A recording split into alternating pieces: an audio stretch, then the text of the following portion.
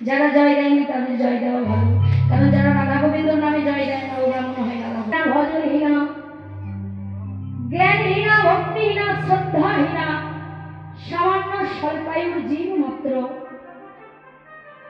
ভগবানের লীলাবৃত্ত কিছু বুঝি না, জানি না। যদি অপরাধ হয়, ভুল ত্রুটি হয়, নিজ গুণে নিজের মেয়ে বোন মনে করে যেন সবাই ক্ষমা করে দেবে, কারণ ভগবানের লীলা বোঝা বড় দায়। শাস্ত্রে বলেছে, শিব ব্রহ্মা নয় মুখে যদি হন কবি, তথাপি না এই লীলার নাহি মিলে ছবি। এর মানেটা কি না, শিব ব্রহ্মা নয় মুখে যদি হন কবি, স্বয়ং দেবাদিদেব মহাদেব 5টি মুখ ধারণ করেছিলেন। কেন মহাদেবকে পঞ্চানন বলা হয়? 5টি মুখ ধারণ করেছেন কেন? ভগবানের লীলাটি বর্ণনা করবেন বলে পঞ্চমুখে বর্ণনা করতে পারেননি। স্বয়ং সৃষ্টিকর্তা ব্রহ্মা তিনি 4টি মুখ ধারণ করেছেন। চতুর্মুখ